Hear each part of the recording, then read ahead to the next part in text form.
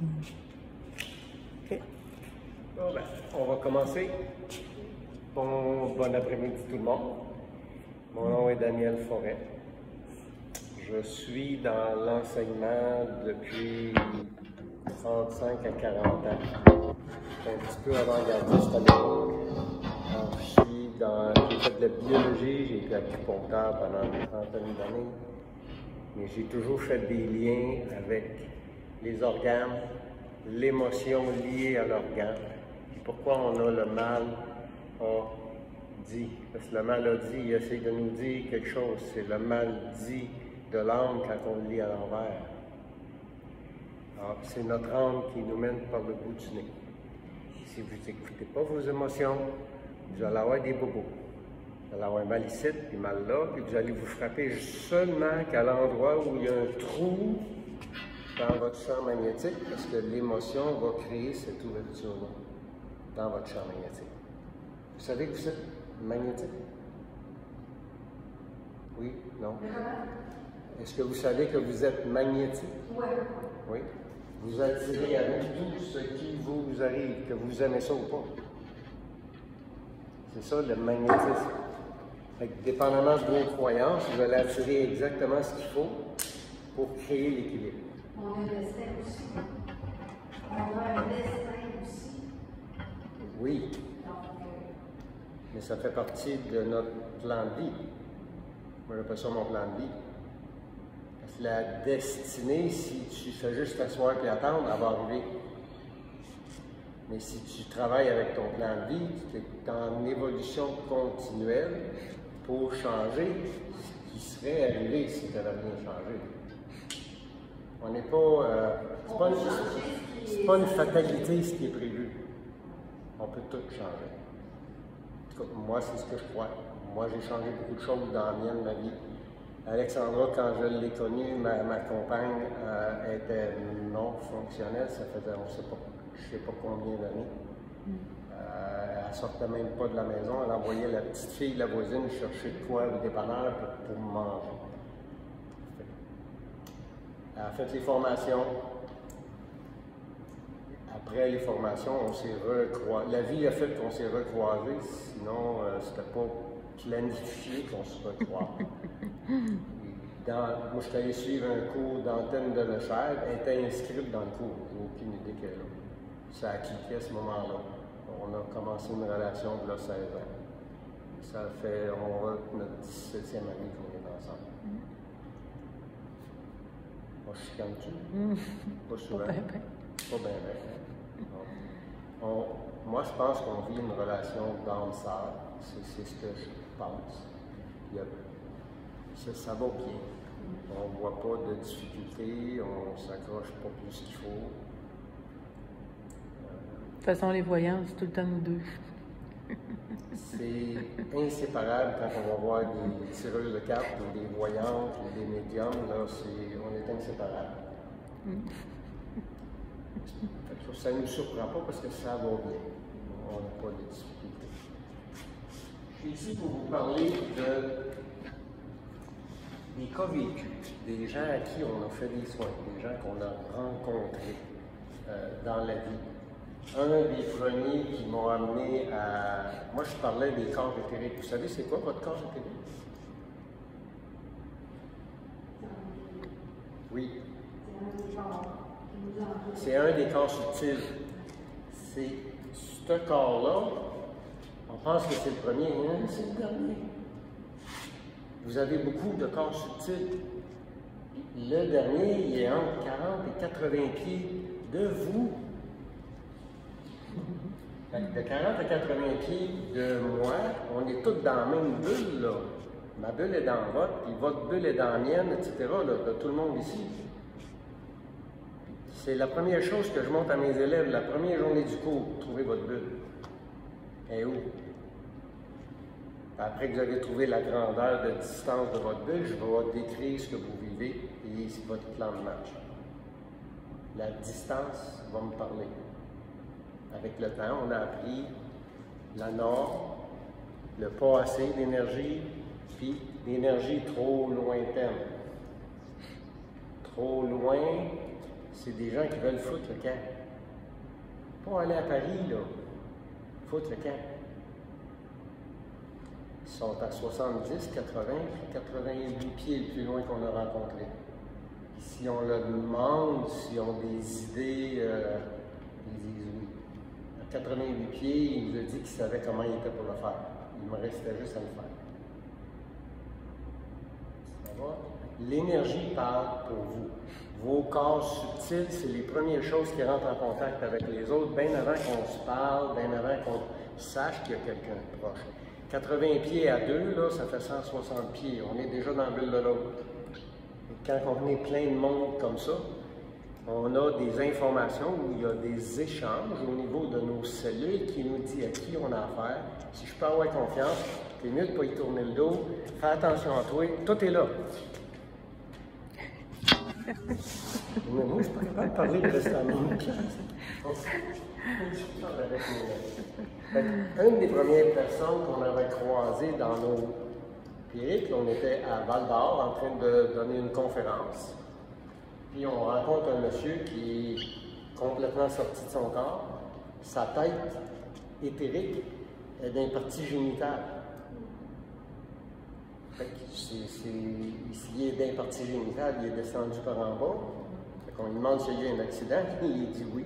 Il a fait des tonneaux. Il s'est endormi au volant. C'est un mineur dans la région de Val-d'Or. Il s'est endormi le matin. Il a déboulé, l'auto a roulé. Ils ont ouvert l'auto, puis ils l'ont ouvert lui avec. Il y a des morceaux de métal à 5 places dans le corps. Puis quand on l'a rencontré, là, il est comme... j'aime pas le mot légume, là, mais pas loin. Sa femme, elle lui a demandé le sel et le poivre, puis il se promène de même, là. Il est là, la mère est là. Puis là, c'est quoi que tu veux? Elle a été obligée de répéter. Puis moi, je lui ai demandé s'il se connaissait le corps éthérique. Il me dit non, il ne connaît pas ça, le corps éthérique. J'ai dit, après la conférence à soir, j'ai dit, oh, je te scruterai. Puis j'ai dit, je vais te le replacer. Le deuxième soin, il est parti de Val-d'Or. Il est venu nous rejoindre dans le canton de l'Est. On a fait son deuxième soin là-bas. Mais là, il parle. C'est lui qui a conduit. Ça fait des années qu'il ne conduisait plus. On a juste remis son corps éthérique à sa place, c'est tout. Ben, la tête, au lieu d'ici, on l'a mis là. Je ne sais pas quelle sorte d'idée qu'il y avait là, mais ça ne marchait pas. Ça ne marchait pas non plus en bas. C'est sa femme qui me disait qui marche. Elle était contente, puis lui a repris tous ses sens. Fait que les corps énergétiques mènent notre vie. Si jamais on a un impact, accident, juste quelqu'un qui nous joue un tour, puis qui tire la chaise, puis qu'on tombe les fesses à terre, votre corps éthérique vient de sortir. Il sort par en dessous. Il rentre dans le sol. Quand tu te relèves, je ne sais pas ce que vous avez de l'air, c'est comme si tu avais la chaise poignée dans le dos. Ça va pas bien. Puis les gens disent, ils sont à côté de leur bottine. Ils se sentent à côté de leur bottine depuis l'accident. Ils ne reviennent pas comme ils étaient. Puis c'est simple pour placer un corps éthérique. Moi, je le fais avec mes mains. Puis je ne vous touche pas. Je touche votre corps éthérique, par exemple. Je fais juste le pousser doucement. Quand il va rentrer, vous allez vous promener. Ça confirme qu'il rentre. Puis je fais juste vous dire de tenir votre équilibre, pas tomber. Si ça bouge trop, je vais ralentir. Le corps éthérique, c'est celui-là qui réaligne toutes les autres. Si je suis capable de le remettre à sa place, les autres se placent. Ce que vous avez perdu, vous allez le récupérer. Vous allez redevenir fonctionnel si vous ne l'êtes pas. Moi, je m'entendais dans d'autres réactifs actuellement. Oui. Une fraude. Fait que j'ai l'impression que j'ai mon corps éthérique qui a peut-être. C'est peut-être déplacé. Moi, je ne les vois pas, mais revenez-nous demain. Oui, probablement. On prendra un petit peu de temps. Là-bas, on vous scrutera. Moi, il faut que je finisse la conférence. En même temps, ben, si je commence à m'occuper de vous, ben, ils ne sont pas là pour ça, eux autres. Ah ben. Ils sont là pour entendre. Mais je vais m'occuper de toi demain si tu reviens. Ouais, je vais Parfait. C'est la première des choses que moi je vérifie. C'est le corps éthérique est là. Puis je triche, vu que je ne vois pas, je demande à ma blonde qui elle voit, puis elle me le dit tout de suite. Moi, je dis, je ne vois pas, là. Non, ma tête, elle vient de me dire, t'es menteur, t'es décalé. T'es décalé, viens le voir. Il faut que j'arrête de faire mon focus pour le voir. C'est subtil aussi. C'est subtil aussi de voir ça. Oui. Oui. T'es déphasé, t'es pas rien que déphasé, tu te promènes. T'es pas stable. Si j'enlève mon focus, là, tu te promènes. Tu t'en vas de ce côté-là, tu remontes dans l'air, tu redescends en arrière, puis tu ressors de l'autre bord. Complètement de l'autre bord. OK. On va avoir du son étonné. On va te replacer. Je sais pas. Oh. Non, ben, je te parle de ton corps qui se promène. Ton corps n'est pas fixe. Et je ne sais pas comment tu fonctionnes, là. Ton corps bouge beaucoup. Ton corps éthérique, il bouge beaucoup. Fait que ça doit t'amener des petits problèmes. Ça se replace. Okay? Mais c'est le corps éthérique, votre corps énergétique mène votre vie. Et non votre physique. Votre physique n'ira pas bien s'il est déphasé. Quand vous mettez une main dans un gant, dans les mauvais doigts, êtes-vous confortable? C'est la même chose pour votre corps physique. Vous ne pouvez pas être confortable si votre corps énergétique n'est pas à sa place. Puis juste le replacer, le replace tout au complet. Le mineur, moi, il est redevenu fonctionnel, ses lumières ont allumé, puis sa madame était contente parce que ça a repris aussi en bas. Parce qu'elle disait que ça faisait depuis l'accident qu'il n'y avait plus rien qui bougeait en bas. Plus de sexualité. On a le fils d'un de mes élèves thérapeutes en Abitibi qui a un syndrome d'Asperger. À l'époque, son fils avait 6 ans. Moi, je disais à son père qu'on pouvait l'aider, puis là, son père me disait non, il dit tu comprends pas, il dit c'est là-dedans que ça marche pas, il dit ça s'arrange pas. J'ai dit Jacques, je suis convaincu, je peux faire quelque chose. Puis rendu à 15 ans et demi, 9 ans et demi plus tard, j'ai reçu un téléphone de Jacques, on ne reste pas en Abitibi, nous autres là. Il dit, t'es-tu encore convaincu que tu peux faire de quoi pour mon gars? J'ai dit, moi, oui. J'ai dit, toi. Il dit, la DPJ veut le placer. Il dit, je suis dans la merde. Ils vont y enlever, là. Fait qu'on est allé le placer. J'ai exigé que son fils suive les formations, parce qu'on avait un petit peu de paramètres à remettre en ligne droite. Cet enfant-là, il a été élevé par son père. Sa mère est absente. Sa mère, elle a des problèmes de folie. Puis quand elle garde l'enfant, elle le maltraite. L'enfant, il n'a pas des bonnes bases. J'ai exigé que l'enfant suive, à 15 ans et demi, l'ado, suive mes formations avec son père, pour que son père puisse corriger ce qu'il fait qui fait défaut avec son enfant. Parce qu'on a beau lui dire, lui, il me disait, non, il ne comprend pas. Je dis, non, c'est toi qui ne comprends pas. Dans le cours, ça s'est placé. L'enfant est normal, plus de symptômes d'Asperger, il parle normal, comme du monde, normal. Mais il faut que son père le traite comme un enfant normal. Tant que son père le traite comme un handicapé, il agit en handicapé. On dit comment il était quand même. Ah. Vous avez vu un film qui s'appelle L'île de Belle? Oui, Belle l'île Island, magique. en anglais, l'île magique. Ils ont traduit. Le petit lapin sauté, là, c'est un Asperger. Il y en a un dans le film. Lui, dans la ville, en Abitibi, c'est pas grand, les petits villages en Abitibi, tout le monde le connaissait. Depuis qu'il est au monde, qu'il marche comme un lapin sauté. Et il n'est plus le lapin sauté. Fini. Il marche comme du monde. Il mange mieux. Parce que lui, il piquait une crise, son père il laissait manger ce qu'il voulait. Il a toujours mangé plus de dessert que d'autres choses, des bâtons, mais il ne mangeait pas des repas comme normal.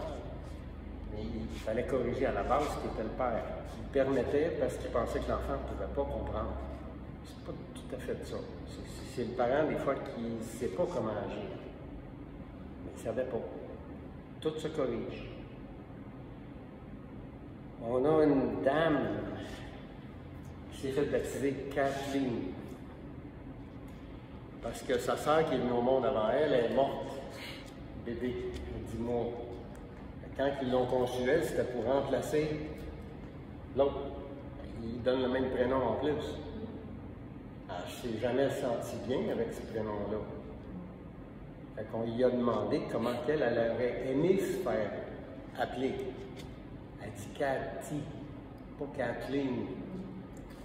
J'ai dit, fais-le changer de façon officielle avec les autorités, gouvernement Canada, etc.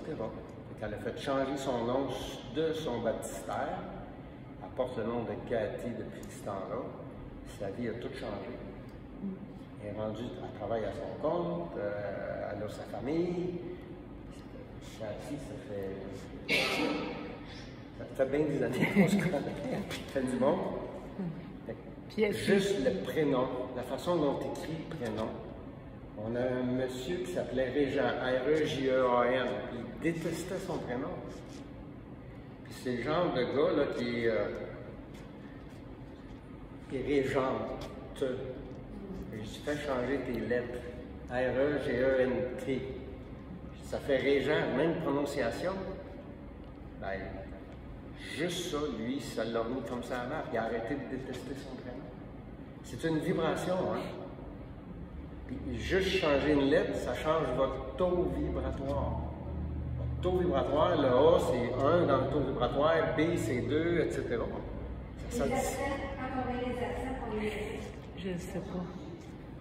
pas trop. Mais je suis sûr qu'en son, il y a une importance. Mais, Comme Michel, accent grave de mais c'est la même prononciation qu'à la mettre. Oui, mais. Dans le son, peut-être pas, mais dans l'écriture, oui, c'est important pour elle. Ben, un va avoir un L, puis l'autre va en avoir deux. Oui. Ben, il y en a qui ont un L, deux. L'autre qui peut avoir un accent low bas pour vous autres. Oui, ça joue. C'est le taux vibratoire quand on additionne la valeur numérique de chaque lettre de votre prénom. Ça donne votre taux vibratoire. Puis s'il y a quelque chose qui ne marche pas, juste de changer une des lettres pourrait tout changer votre vie. En tout cas, eux, ça a changé leur vie. C'est pas l'île magique, le film, c'est l'été magique. L'été magique? Ouais. OK. L'île de Belle Island. On a fait un soin, on était à La Chute. Une madame qui a eu deux, il y avait ça des frozen shoulders en chiropratie. Ça bouge plus, là. Ça fait 25 ans. Elle est venue à l'Institut où j'ai étudié mes bases. On a fait un soin. Ma fille, qui a à l'époque 22 ou 23 ans, ma plus jeune, elle est venue au monde aveugle, mais son troisième œil fonctionne. Ma fille a fait un soin. La madame, elle faisait le bacon à la table. Elle est partie. Mais on s'est assuré qu'elle était capable de partir. Le lendemain, elle nous appelle. Je tenais le téléphone là. Elle hurlait dans le crise de téléphone. Ses deux épaules sont normales. Plus de douleur. Elle dit, c'est le premier matin que j'attache mon soutien-gorge depuis 25 ans. C'est son mari qui est obligé d'y attacher. Elle bouge, ça bouge pas. Elle a les mains prises comme ça, 25 ans. Un soin. On n'a pas touché. On ne fait pas de massage, là. On a débloqué quelque chose dans le champ magnétique. C'est le champ magnétique qui donne le travail. Manon Boudriot, oui. Manon Boudriot, c'est une dame toute petite, 4 pieds 10 peut-être, mais 200 livres. Elle est assez corpulente. Puis Manon, elle m'appelle une journée, elle est dans le coin de Rimouski ou à peu près. Elle a un enfant trisomique, puis c'est elle qui est conférencière, elle est présidente de l'association des trisomiques, puis elle va donner une conférence sur le sujet. Elle en a un qui est capable d'en parler.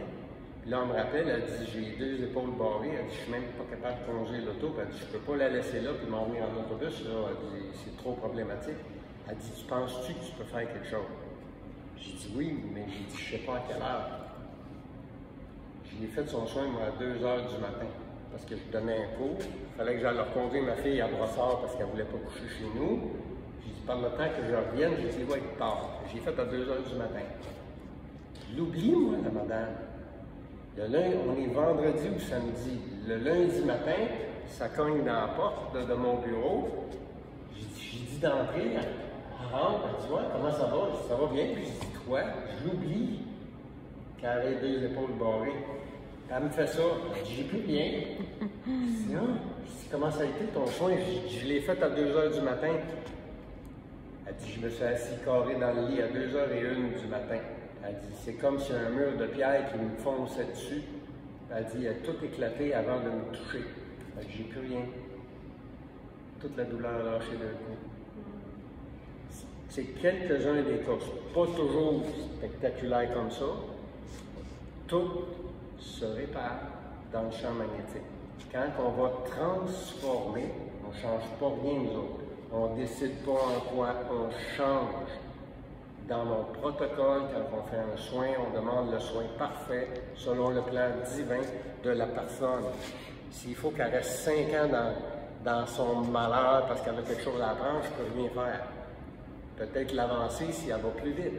Si j'enlève des blocages pour qu'elle accélère, elle va accélérer.